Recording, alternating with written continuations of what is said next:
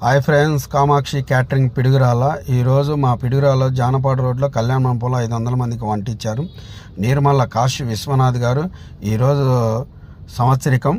వాళ్ళ అబ్బాయి గారు నీర్మల్ల నరేంద్ర గారు వాళ్ళ నాన్నగారికి 500 మందికి అన్నదానం చేశారు జానపాడు రోడ్లో వాసవి కళ్యాణ మండపంలో పేద ప్రజలకి.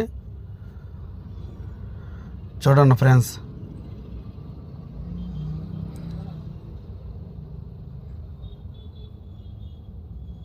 వాసవి కళ్యాణ మండపం జానపాడు రోడ్లో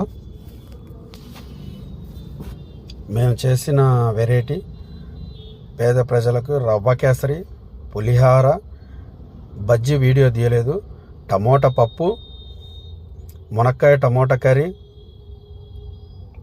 ఆల్మిక్స్ చట్నీ,